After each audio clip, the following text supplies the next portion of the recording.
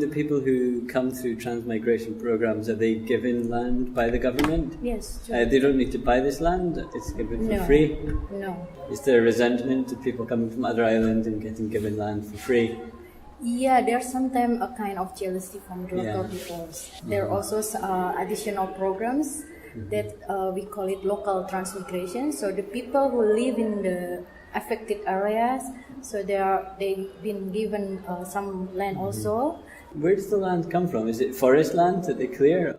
Yeah, it's mainly from the forest land, or at least maybe secondary forest. Sometimes people say that, the government just give us the land, but they don't clear it. But sometimes in other area, I found that they have already get the clear land, so they can cultivate it easily.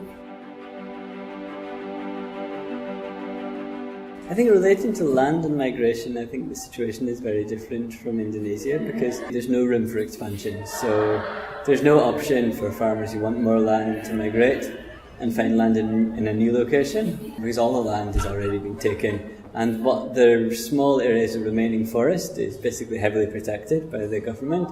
What you do see happening now is kind of replacement migration. So what happens are all farmers will migrate and sell their land, and the land gets bought by farmers from more remote areas. As long as land is left, it's not being used, somebody will come and use it.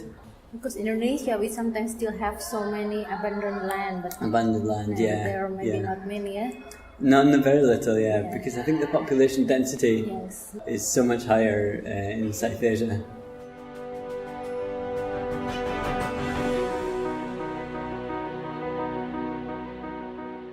I'm from Thailand. I got a scholarship to study master degree here in the major of agriculture, economic and management.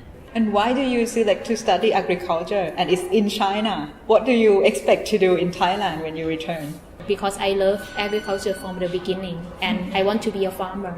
But my parents, they did not allow me to become a farmer. Our land is small, very small. And then if we do like that self-sufficiency, we can share our product together, just like in an ancient time.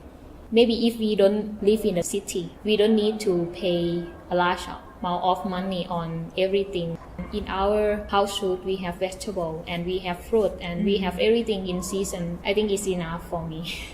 She concerned on food security. She concerned on what she eats in their daily life rather than how much she earns. So I think it's good. And as you have a background, it's very good hope.